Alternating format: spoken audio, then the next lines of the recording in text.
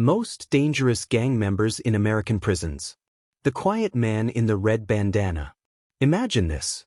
A prison guard opens the door to a high-security tier, and everything goes silent. In front of him stands a man wearing a red bandana twisted around his wrist. He isn't tall. He isn't loud. He isn't even angry. But every inmate on the tier steps back, like they're giving space to a dangerous animal. This man has no weapon. He doesn't raise his voice. He just looks at another inmate, and that inmate instantly turns away, pretending he never saw him. The guard writes in his report, "I don't know what power he has, but everyone fears him. Even the ones twice his size." Who is he? He's one of the most dangerous gang members in American prisons, not because of size, but because of influence. In a place where one whisper can start a war, this man's name carries real power. And today, you're going to learn exactly how men like him rise to the top inside some of the toughest prisons in America. How it really starts. Before a gang member becomes the most dangerous, it starts way earlier than most people think. In many American prisons, from California to Texas to the East Coast, the moment an inmate enters, the first thing they're asked is not, "Where are you from?" "Who do you run with?" Gangs inside prison are not like gangs on the street. Inside, they act more like survival groups. Young inmates, some only 18 or 19, walk into a place filled with politics, old grudges, and long-standing rivalries. They don't understand the rules yet, but the rules already understand them. An older inmate may pull them aside and say, "Listen, kid, you stand alone in here, you won't make it a week." So many join a group not because they want to start trouble, but because they don't want trouble to start with them. This is how future, dangerous gang members take their first step. Not by being violent, but by trying to survive. But some inmates? Some rise much faster than others. They learn the system. They learn the codes. They learn how to talk in a way that makes people listen. And once a man becomes the one others listen to, that's when he starts becoming a real threat. At the end of Chapter 1, let's leave you here. A new inmate just arrived in a high-security block. He's quiet, watching everything. And one of the older inmates turns to another and whispers, "He's going to be trouble. I can feel it." The first move. The quiet new inmate doesn't talk much, but he watches everything. He watches who controls the phones. He watches who controls the showers. He watches who moves freely without being questioned. And most importantly, he watches who everyone else avoids. Inside a maximum security prison, you don't need to speak to learn the truth. The truth walks right past you every day. One afternoon in the day room, two older inmates begin arguing over a seat near the TV. It starts small, a push, a stare, a raised voice. Most new inmates would look away. But not this one. He stands still, eyes focused, studying every move like he's reading a map. Because inside prison, fights aren't just fights, they're messages. A guard later writes in his log, "The new kid doesn't blink. He watches people like he's gathering information." That's the first move. Not violence. Not yelling. Just learning. Because in prison, knowledge is the real weapon. How danger begins inside prison. A man becomes dangerous in prison long before he ever picks up a weapon. He becomes dangerous when he knows who people fear, who controls the food, who controls the store, who controls the gambling, who is the most respected, who has the quickest temper, and who can be turned into an ally. Most inmates stay in their own lane. But this new guy? He's already mapping out the entire block like a chessboard. The day someone tests him. A week later, the moment everyone expects finally happens. A bigger, older inmate approaches him in the hallway and bumps into his shoulder, on purpose. The new inmate doesn't react. Doesn't push back. Doesn't say a word. He only looks the man in the eyes for half a second. Just half a second. But inside these walls, that's enough. The older inmate pauses, confused. Most new guys get scared. They look at the floor. They apologize. But this one? He stands still. Unshaken. And for the first time, the older inmate walks away. Whispers begin. Within hours, the rumors start. "Yo, that new dude? He ain't normal." He didn't flinch. Watch him, something's different. And the dangerous part? A single rumor in prison can grow into a legend. By the end of the week, they aren't talking about the bump anymore. They're talking about who he might be connected to. At the end of chapter 2, the new inmate sits on the edge of his bunk, silent, while the entire tier buzzes with suspicion. No one knows his story. No one knows his past. No one knows what he's capable of. But one thing is clear. People fear him, and he hasn't even done anything yet. The reputation no one expected. The new inmate still hasn't thrown a punch, raised his voice, or broken a single rule. But somehow, his name is spreading. One morning during chow time, 2 inmates from another unit walk past him and stare a little too long, like they've heard about him already. That's when the tier realizes. This guy didn't come in alone. He came in with a reputation. How reputation works behind bars. In prison, there are no social media pages, no newspapers, no videos. But information travels faster than the wind. One inmate gets moved from a California prison to a Texas one.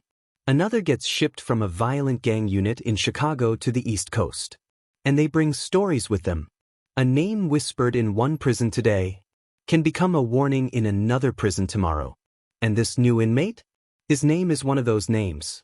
A guard flipping through transport paperwork stops when he sees it. He doesn't say anything out loud. But his eyebrows raise, like he recognizes the file. The story that follows him. Rumors begin to form. I heard he ran with heavy hitters on the outside. No, I heard he took down a whole crew alone. Nah man, they say he survived a hit and came back stronger. Are the stories true? Are they made-up prison myths? Nobody knows. But in prison, you don't need the truth to be dangerous. You just need people to believe. A dangerous kind of respect. In the yard, a younger inmate sits where he usually sits, a bench claimed by another group. Everyone waits to see what the new inmate will do.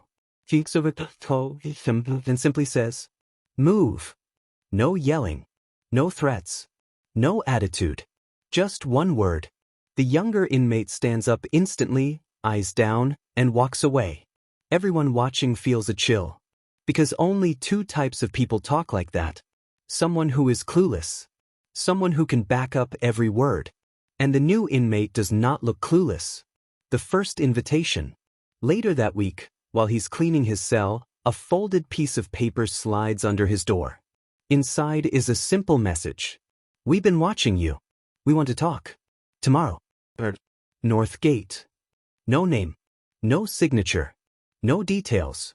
But everyone inside knows what this is. An invitation from one of the most feared prison groups in America.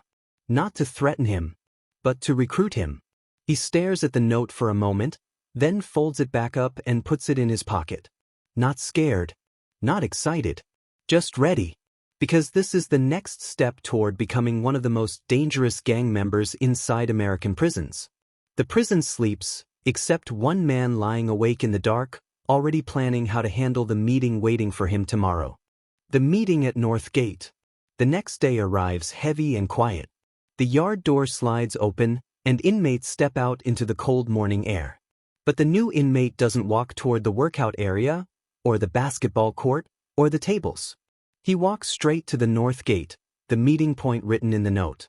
This is the part of the yard most inmates avoid. Not because guards watch it, but because the wrong inmates watch it.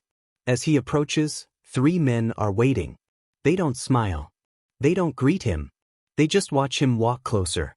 These men aren't regular inmates. One is covered in old, faded tattoos that show he's been around for decades. One has a scar across his jaw, a scar everyone knows came from a prison riot years ago. And the third man? He's calm, too calm. The kind of calm that comes from surviving things most people wouldn't. The silence test.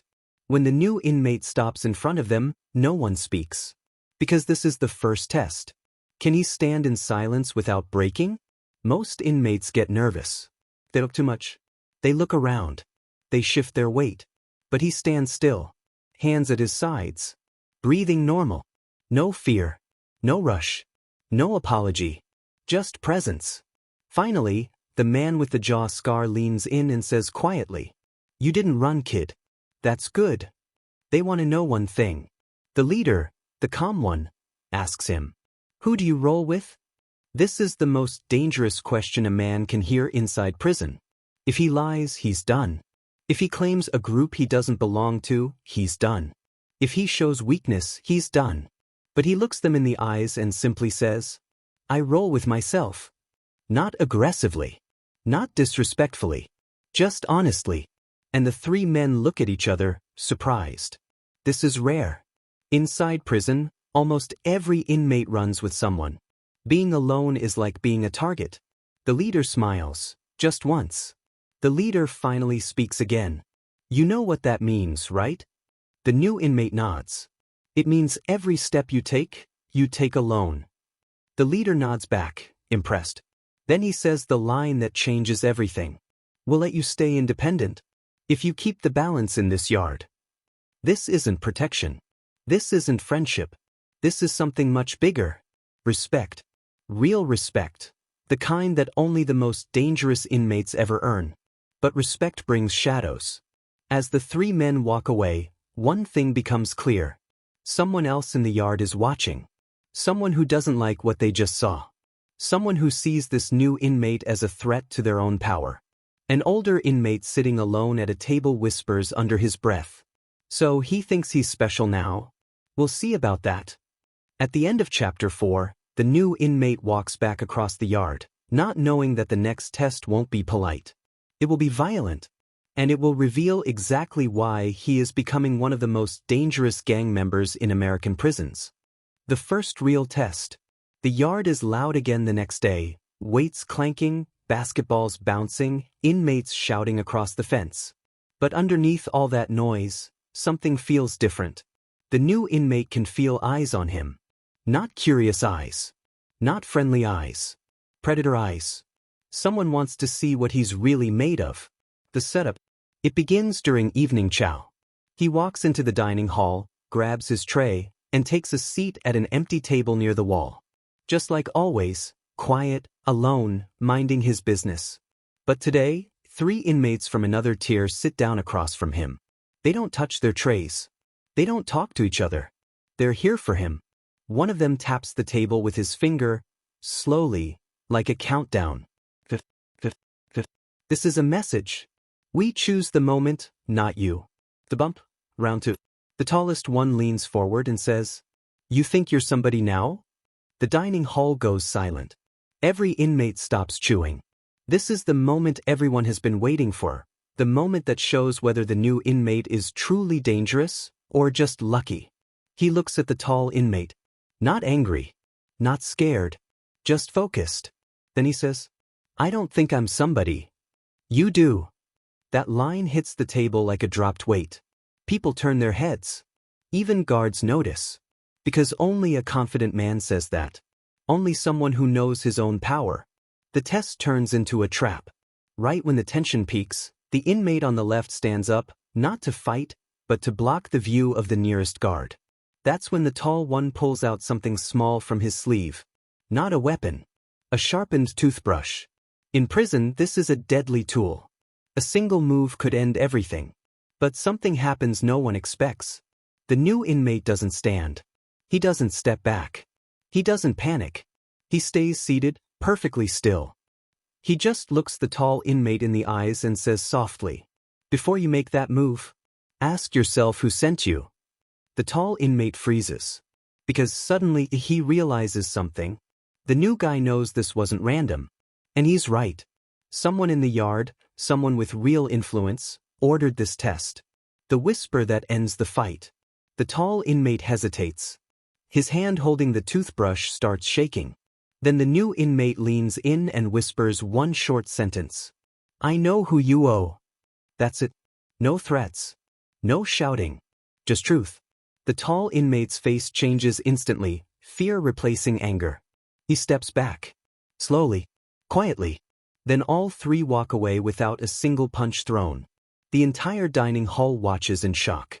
Because stopping violence in prison is harder than starting it. And stopping it without fighting is something only the most respected and most dangerous inmates can do. The message spreads. Within an hour, the whole block knows. He shut down a hit without touching anyone. He knows things he shouldn't know. He sees everything. And the man who ordered the attack? He now knows something too. The new inmate is not just dangerous. He's uncontrollable. The new inmate sits on his bunk, calm, while other inmates whisper about him like he's a ghost story that walked into real life. The man who knows too much. Word spreads fast in prison. Faster than guards can control, faster than officers can track, faster than the truth itself. By the next morning, the new inmate has a new nickname whispered across tiers. The listener. Not because he talks, but because he hears everything. And that alone makes him dangerous. A prison runs on information. In American prisons, from California to Georgia, power isn't about muscles or weapons. It's about information. Who's in debt? Who's running contraband? Who's breaking rules? Who's getting transferred? Who's working with guards? Who's working with gangs? Who's angry? Who's scared? Most inmates only know what happens in front of their eyes. But the listener? He sees patterns other people don't. The moment guards take notice, a correctional officer named Harris watches him during the morning count. Harris whispers to another guard, "You see that one? He moves like he's been here 10 years, and he just got off the bus." The other guard nods. They've both worked long enough to know. Quiet inmates are the ones to watch. The loud ones get locked up fast. The violent ones get transferred. But quiet men with influence? They become problems. A strange visit in the yard. During the afternoon yard time, something unusual happens. An older inmate, one who never leaves his bench, never talks, never makes eye contact, waves for the new inmate to sit next to him. This man is respected across multiple blocks. He doesn't belong to a gang. He belongs to history. When the new inmate sits, the old man doesn't look at him. He keeps staring straight ahead and says, "You turned down a gang offer.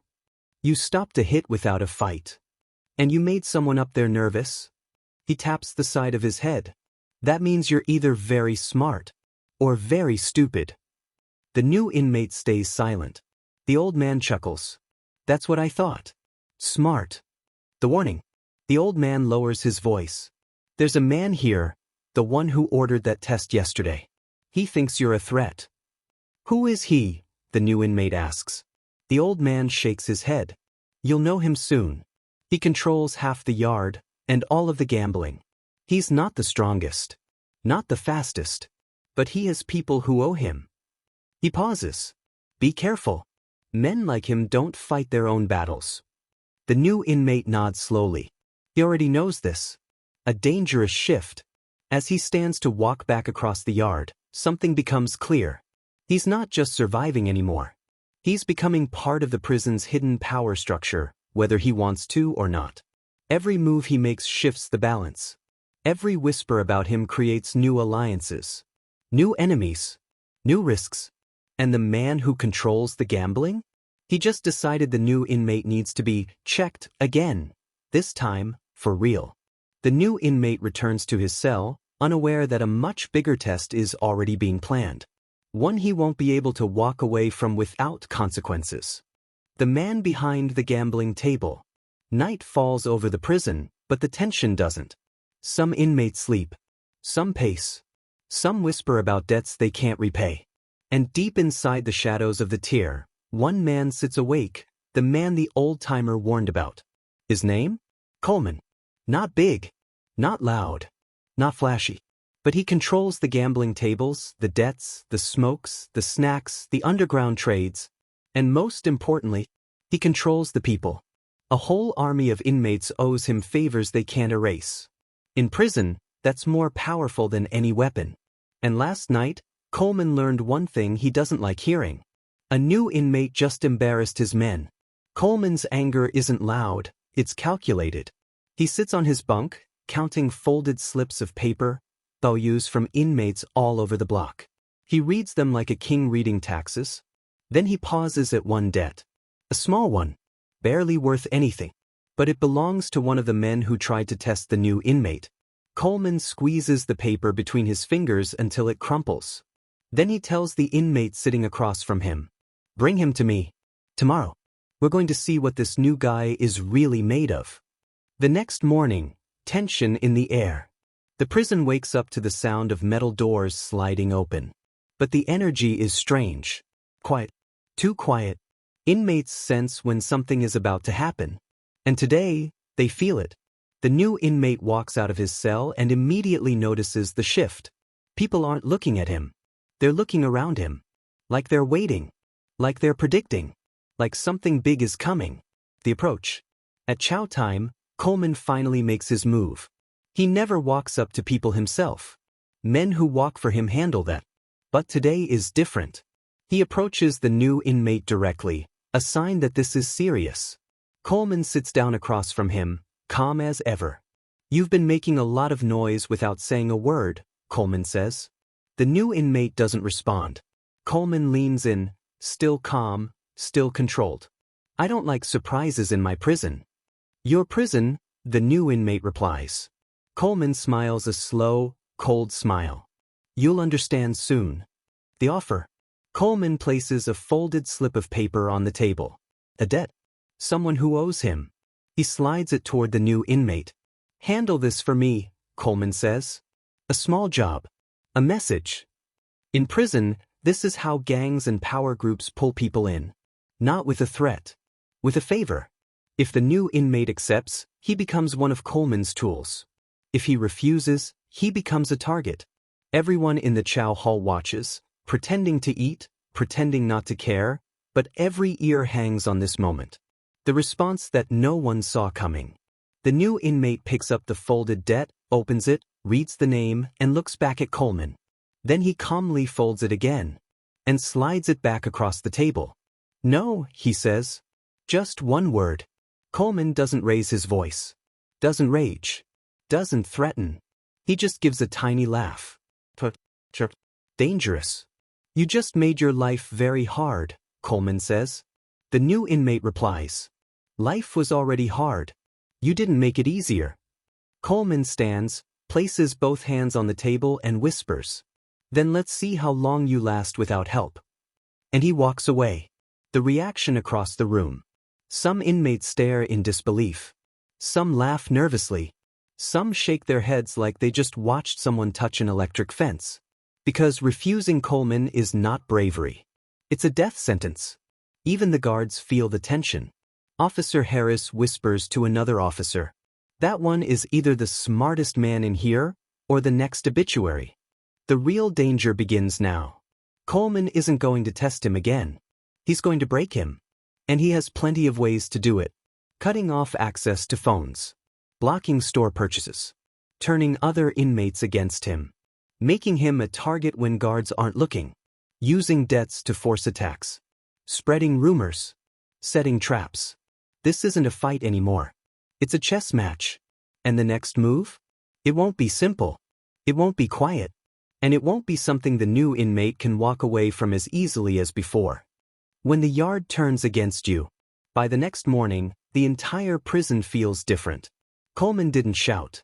He didn't threaten. He didn't rush. But every inmate knows. When Coleman says someone's life is about to get hard, he means it. The isolation begins. The first sign comes during phone time. The new inmate walks to the payphone, same one he uses every morning, and stops. A group of Coleman's guys are already there, blocking it. They don't say a word. They don't even look at him. They just stand there like human walls. The message is loud. "No phone for you today." When he tries another phone, 2 more men step in front of it. Again, no words. Just pressure. Every inmate in the yard watches. Some shake their heads slowly. Some whisper. Coleman's shutting him out. It starts now. The store frees. Later, during commissary pickup, it gets worse. The new inmate's name is skipped. Not accidentally. Not by mistake. Coleman has influence on the inside, but he also has influence on the outside. Inmates who work jobs in the commissary room owe him favors. His snacks? Gone. His soap? Skipped. His writing supplies? Missing. Survival items, the basics, slip through his fingers. Prisoners don't complain when this happens because complaining makes you look weak. And weakness, inside these walls, is blood in the water. Whispers replace conversations. In prison, silence is a language. The new inmate hears more whispers following behind him. He refused Coleman? Why would he do that? Man's crazy. Man's dead.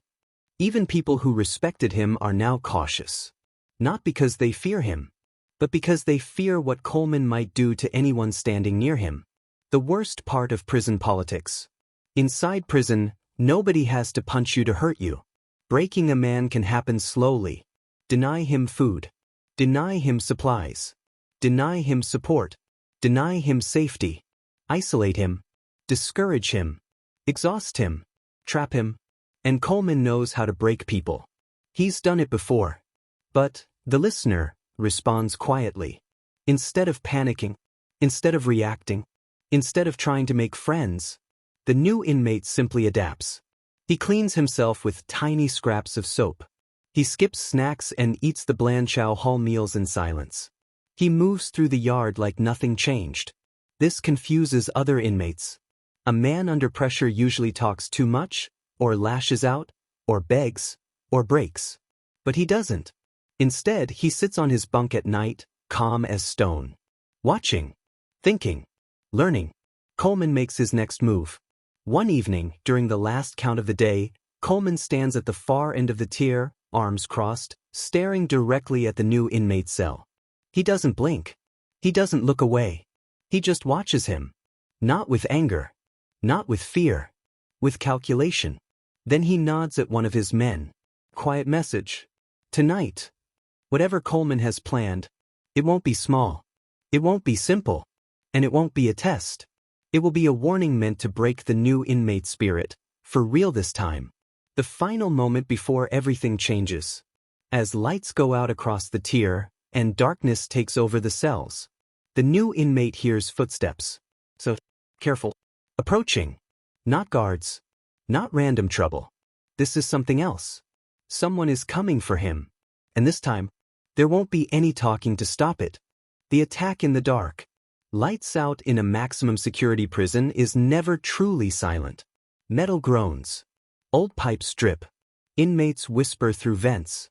Guards walk the tier with slow, heavy boots. But tonight, it's different. The silence feels too thick. Too controlled. Too focused. The new inmate sits on his bunk, alert. Breathing steady. Eyes open. He knows the footsteps he hears are not guards. Guards walk with authority. These footsteps are soft, careful, nervous. Somebody is coming. The cell door trick. Suddenly, a whisper comes from the other side of the cell bars. Count your seconds. Then the sound of metal shifting. He realizes what's happening. Someone used a toothbrush and a strip of torn bedsheet to jam the lock during final count. It's a prison trick, old, dangerous, and silent. Now the cell door looks locked. But it isn't. Someone can push it open anytime. 3 shadows. The new inmate sits still as the door slowly, quietly slides open. 3 silhouettes enter. No words. No threats. Just shadows with bad intentions. One of them closes the door halfway behind them, not fully, but enough to keep the noise down. The one in front whispers, "You should have taken Coleman's offer." The new inmate remains calm, silent, still watching. The men spread out, blocking the small space. The first move comes hard. The nearest attacker swings first, a quick, desperate punch in the dark. The new inmate slips aside. Not wildly. Not sloppily. Smooth. Controlled. Almost like he expected it. The man stumbles forward. The second attacker lunges with a hidden object in hand, something small and sharp. A metal ink pen. Filed to a point. The new inmate grabs his wrist, shifts his weight, and slams the man into the cell wall. The impact echoes through the concrete. Not enough to alert guards, but enough to show he isn't helpless. The attacker drops the pen. The third attacker hesitates. The third man, bigger than the rest, takes a step forward, then stops. Something about the new inmate's calmness rattles him. "Do it," the first attacker snaps. "What are you waiting for?" But the big one's hesitation grows. He whispers, "This ain't right," he ain't even scared. In prison, fear is normal. Expected. Guaranteed. But this man shows none. And that scares them more than anything. The whisper that changes everything.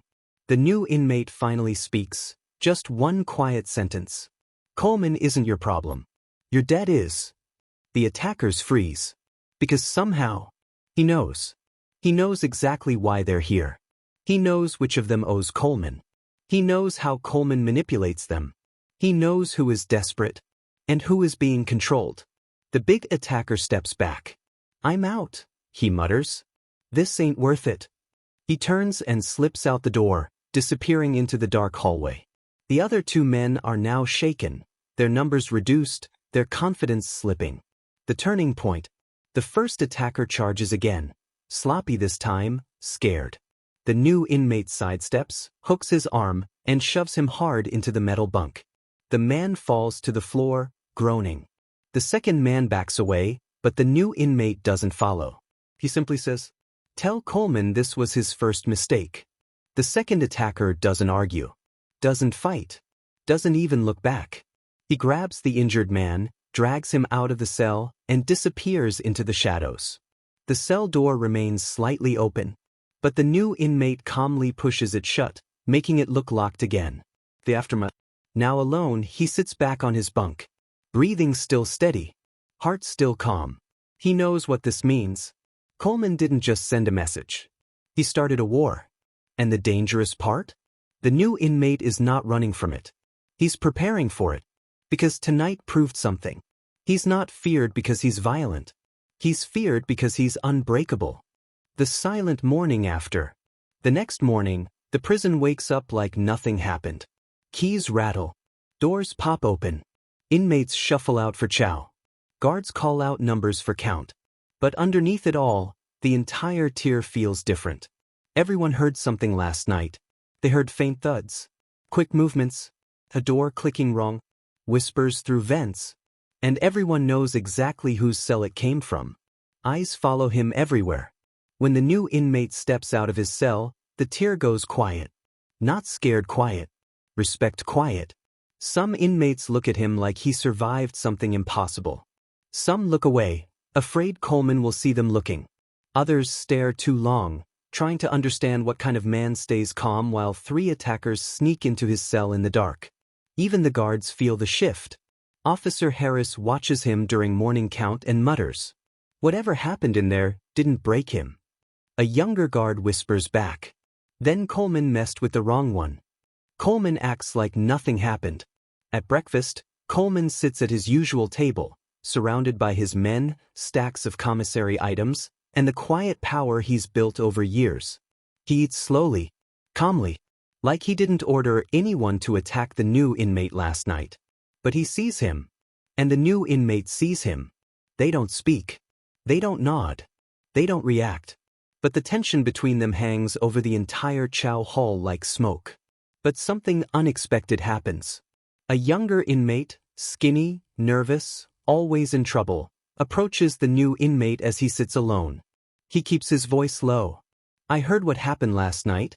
I just want to tell you, people are talking." The new inmate doesn't answer. The younger inmate continues.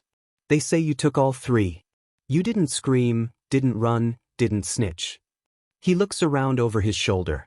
"People are starting to look at you different." Then he says the line that changes everything. "They say you're becoming a shot caller. This is dangerous.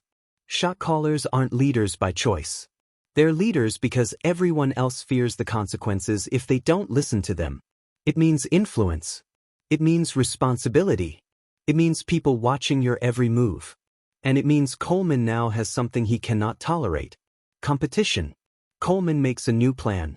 That afternoon in the yard, Coleman sits at a table with two of his closest men.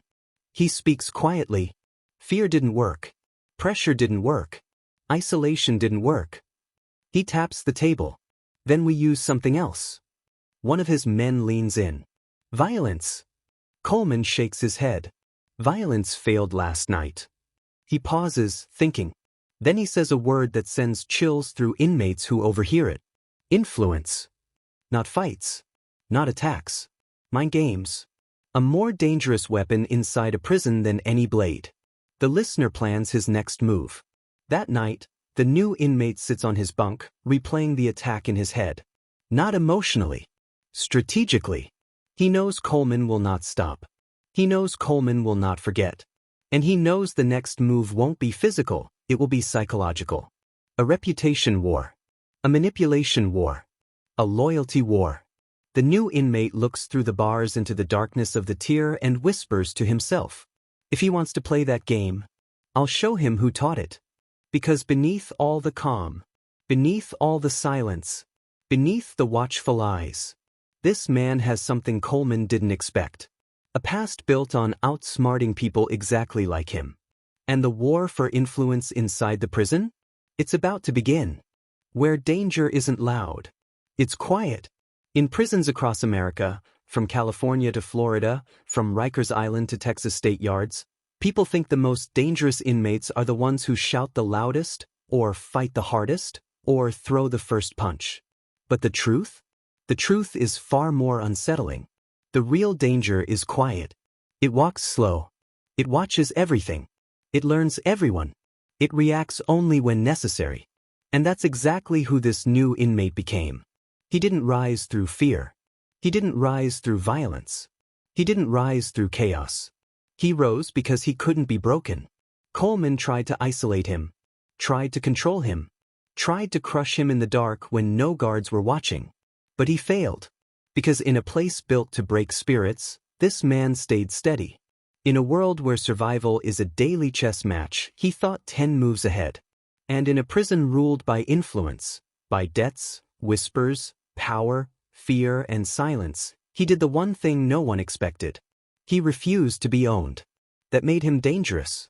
More dangerous than the strongest inmate. More dangerous than the deepest gang network. More dangerous than Coleman himself. And while Coleman controls his gambling tables, his commissary debts, his allies and enemies, the new inmate now controls something far more powerful. Respect. Not forced respect. Earned respect. The kind of respect that spreads quietly, from tier to tier, from yard to yard, until even the men who don't know his name know one thing. That guy? Don't cross him. Because inside American prisons, the strongest men don't always run the yard. Thomas. The most dangerous gang member is the one who never joined a gang at all. And his story? It's only just beginning.